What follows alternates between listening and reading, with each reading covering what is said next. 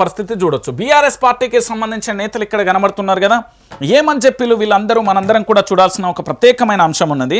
వరంగల్కు సంబంధించిన డిక్లరేషన్ మొదలుపెట్టింది ఎవరు? కాంగ్రెస్ పార్టీ. మరి కాంగ్రెస్ పార్టీ ఈరోజు వరంగల్ డిక్లరేషన్ మొదలుపెట్టింది కదా. ఈ వరంగల్ డిక్లరేషన్కు సంబంధించి ఇప్పటివరకు ఏం చేసింది, వరంగల్ డిక్లరేషన్ విషయంలో ప్రభుత్వం ఎలాంటి నిర్ణయం తీసుకున్నది, వరంగల్ డిక్లరేషన్ విషయంలో ఎందుకు స్పందించలేకపోయింది అనేది కూడా మనం ఆలోచించాల్సిన పరిస్థితి కనబడుతుంది. ఒకసారి వరంగల్ డిక్లరేషన్కు సంబంధించి ప్రధానంగా కూడా మీ అందరికీ నేను చెప్పే ప్రయత్నం అయితే చేస్తా. సో వరంగల్ డిక్లరేషన్కు సంబంధించి ప్రధానంగా కూడా కొన్ని అంశాలు నా దగ్గర ఉన్నాయి. వాటన్నింటినీ కూడా మీ ముందుంచే ప్రయత్నం అయితే చేస్తా, ఎందుకంటే అందరికీ తెలవాల్సిన పరిస్థితి అయితే కనబడుతుంది. వరంగల్ డిక్లరేషన్కు సంబంధించి అనేది 2023 తెలంగాణ అసెంబ్లీ ఎన్నికల ముందు, అంటే మే 6వ తారీఖు 2022న వరంగల్లో జరిగిన కాంగ్రెస్ పార్టీ రైతు సంఘర్షణ సభ. ఇది గుర్తుపెట్టుకోరు, నేను మళ్ళీ చెప్తున్నా, డేట్లతో సహా చెప్తున్నా. ఈ రాష్ట్రానికి సంబంధించి క్లియర్ కట్గా కూడా తెలుసుకోవాల్సిన అవసరం ఏంటంటే, మే నెలలో మే 6వ తారీఖు 2022న ఏమని చెప్పిందంటే, కాంగ్రెస్ పార్టీకి సంబంధించి రైతు సంఘర్షణ, రైతుకు సంబంధించి సంఘర్షణ పేరుతోని పూర్తి స్థాయిలో కూడా సంఘర్షణ పేరుతోని ఒక సభ రాహుల్ గాంధీ పెట్టిండు మే 6, 2022న. ఏమని చెప్పిండు దీంట్లో అంటే, మొట్టమొదటిసారిగా మాఫీ చేస్తామని చెప్పిండు. రుణమాఫీకి సంబంధించి 2 లక్షల రూపాయలు మాఫీ చేస్తాం, గిట్ల పోయి గట్ల బ్యాంకులో నుండి తెచ్చుకోవాలి అని చెప్పిండు. దాంతో పాటుగా పంటకు సంబంధించిన పెట్టుబడి, మనం పంట పెట్టుబడి ఏదైతే ఉందో ఆ పెట్టుబడికి సంబంధించి పూర్తి స్థాయిలో కూడా, అంటే ఇందిరమ్మ రైతు భరోసా ఇస్తాం, దానికి సంబంధించి పూర్తి స్థాయిలో రైతులకు పెట్టుబడి సాయం కింద ఇందిరమ్మ రైతు భరోసా అందిస్తామని చెప్పిండు. దాంతో పాటుగా ఎంఎస్పీకి సంబంధించి, అంటే కనీసం మద్దతు ధరకు సంబంధించి, అంటే మద్దతు ధర 500 బోనస్ ఇస్తామంటూ వరంగల్ సాక్షిగా చెప్పే ప్రయత్నం చేశాం. దాంతోపాటు పోడుకు సంబంధించిన అసైన్డ్ భూములు ఏవైతే ఉన్నాయో ఆ అసైన్డ్ భూములకు సంబంధించి పూర్తి స్థాయిలో కూడా యాజమాన్య హక్కులు కల్పిస్తామని చెప్పి వీళ్ళు ఎవరు వరంగల్ సాక్షిగా, ఏది రైతులకు సంబంధించిన డిక్లరేషన్ ఏదైతే ఉందో వరంగల్ రైతు డిక్లరేషన్లో పోడు రైతులకు సంబంధించి, దాంతోపాటు పంటకు సంబంధించిన బీమా లేదు అసలు ఇప్పటివరకు, పంట బీమాకు సంబంధించి పూర్తి స్థాయిలో కూడా అమలు చేస్తా అని చెప్పిండు. దాంతోపాటు రుణమాఫీ ఏమన్నాడు, 2 లక్షల రుణమాఫీ ఎంతమంది రైతులకు విడతలలో పూర్తయిందో ఇది పూర్తి స్థాయిలో సమాధానం చెప్తుందా ఈ ప్రభుత్వానికి? అంటే తెలంగాణ రాష్ట్ర ప్రభుత్వానికి కొన్ని ప్రశ్నలు తెలంగాణ రైతాంగం నుంచి. మీరు ఏదైతే మే 6వ తేదీన 2022 పూర్తి స్థాయిలో కూడా ఏంది అంటే వరంగల్ వేదిక రైతు సంఘర్షణ అనే పెట్టిలు కదా, రైతులకు సంబంధించిన సంఘర్షణ సభ రాహుల్ గాంధీ సారథ్యంలో పెట్టిలు కదా. ఇప్పుడు రైతుల నుంచి వస్తున్న కొన్ని ప్రశ్నలు ఏంటి, డిక్లరేషన్ హామీ ఇచ్చినట్టుగా 2 లక్షల రుణమాఫీ ఎంతమంది రైతులకు ఒకే విడతలో పూర్తయిందో సమాధానం చెప్పాలి. అర్హత ఉండి కూడా సాంకేతిక కారణాల వల్ల లబ్ధి పొందని మిగిలిన 50% సంబంధించిన రైతుల పరిస్థితి ఏంది, దీనికి ఒక సమాధానం ఉందా? రెండోది, రుణమాఫీ పూర్తయిందని ప్రభుత్వం చెప్తున్నా బ్యాంకులు ఇంకా రైతుల నుంచి పాత బకాయిలు వసూలు చేస్తున్నాయనే ఆరోపణలు కూడా ఉన్న పరిస్థితి కనబడుతుంది.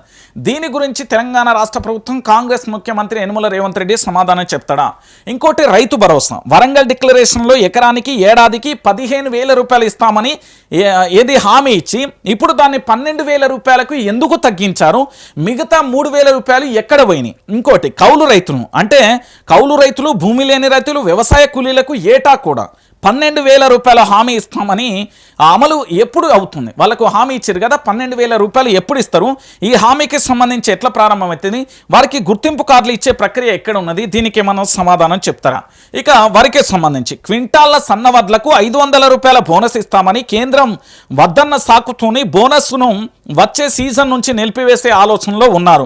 ధాన్యం సేకరణ కేంద్రాలలో రైతులు రోజుల తరబడి పూర్తి స్థాయిలో నిరీక్షించకుండా ఉండేందుకు మరి గిట్టుబాటు ధర వెంటనే అందేలా చర్యలు ఏవి? దానికి సంబంధించిన సమాధానం ఏంది? ఇటు భూ హక్కులు కానీ, దాంతోపాటు ధరణికి సంబంధించిన ఫోల్టర్ ఏదైతే ఉందో దాన్ని రద్దు చేస్తామన్నారు. దానికి ప్రత్యామ్నాయంగా తీసుకొచ్చిన భూభారతి ద్వారా రైతుల భూ సమస్యలు ఎంత మేరకు పరిష్కారం జరిగాయి? దానికి ఏమైనా సమాధానం ఉందా? ఇంకోటి, పోడు భూములు రైతులకు సంబంధించి పూర్తి యాజమాన్య హక్కులు మరియు వాటికి రైతు భరోసా వర్తింపజేసే విషయంలో పురోగతి ఏమైనా ఉన్నదా? అసలు ఎంతమందికి ఇచ్చిలు? ఇప్పటి వరకు పోడు భూములకు రైతులలో పోయి ఎలగొచ్చిలు కదా, దాంతోపాటు ఇటు సాగులో నష్టమైన రైతులకు అంటే సమగ్ర పంట బీమా పథకాన్ని ఎప్పుడు ప్రవేశపెడతారు, ప్రస్తుతం జరుగుతున్న పంట నష్టపరిహారానికి సంబంధించి పంపిణీలో ఎందుకు జాప్యం జరుగుతుంది, రైతుల సమస్యలను ఎప్పుడు పరిష్కరించేందుకు హామీ ఇచ్చిన ఎప్పటికప్పుడు పరిష్కరించేందుకు హామీ ఇచ్చిన శాశ్వత రైతు కమిషన్ ఏడబోయింది, ఎక్కడున్నది? సో వీటన్నింటికి సంబంధించి ఎప్పుడు చెప్తారు? సో దీనికి సంబంధించి ఏమైపోయింది, దీనికి సంబంధించిన విధానం ఏమైపోయింది, ఇవన్నీ కూడా రైతులందరూ కూడా అడుగుతున్న పరిస్థితి కనబడుతుంది. సో ఈరోజు బీఆర్ఎస్ పార్టీ రేపు తలపెడుతున్నది.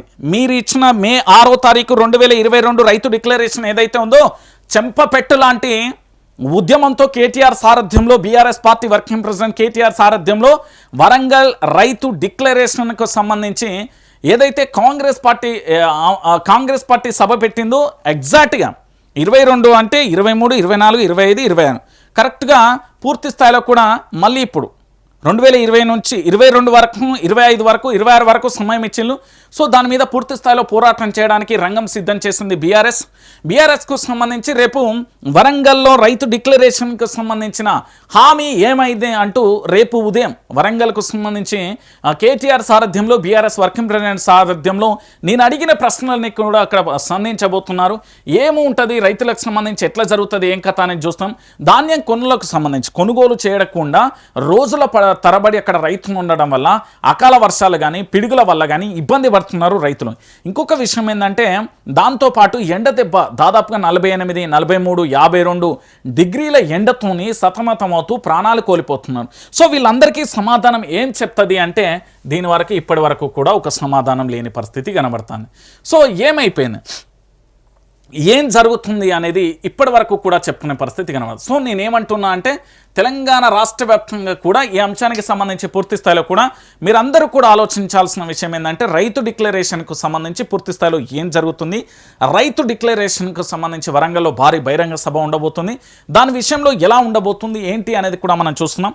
సో స్పష్టంగా కూడా నేను చెప్తున్నా వైఆర్టీవీ వేదికగా రేపు రైతులందరూ కూడా ఖచ్చితంగా కూడా మీకు ఇచ్చిన హామీలు ఏదైతే ఉందో ఏది కాంగ్రెస్ పార్టీ పెట్టిన ఏది రైతులకు సంబంధించిన సంఘర్షణ సభ ఏదైతే కాంగ్రెస్ పార్టీ మే 6వ తారీఖు 2022 అక్కడ పెట్టి రైతుల డిక్లరేషన్ ఇచ్చింది కదా, ఆ డిక్లరేషన్కు సంబంధించి సమాధానం చెప్పాలి, ఆ డిక్లరేషన్ అమలు చేయాలి, ఎందుకు ఇంత జాప్యమైందో చెప్పాలి. 30 నెలల కాలం గడిచిపోయింది, మీరు ఇస్తున్న పంట రుణమాఫీ ఏమైపోయింది, రైతులకు కౌలు రైతులకు ఇస్తున్న పైసలు ఏడపోయినాయి, దాంతోపాటు 500 బోనస్ ఎక్కడ పోయింది, పంట బీమా ఎక్కడ పోయింది, రైతు కమిషన్ ఏడపోయింది, వీటన్నింటికీ సమాధానాలు చెప్తుందా లేకపోతే ఇట్లనే కాలయాపన చేస్తుందా? రేపు రైతులు అక్కడికి వచ్చి తిరగబడి పూర్తి స్థాయిలో పోరాటం చేస్తారు కాబట్టి ఏం సమాధానం చెప్తుందో బీఆర్ఎస్ పార్టీ రేపు తలబెట్టే రైతులకు సంబంధించి వరంగల్ డిక్లరేషన్ రైతుల హామీ ఏమైందని అడగబోతున్నది. దానికి సంబంధించి మరి విపక్షం అంత పెద్ద పోరాటం చేస్తబోతుంటే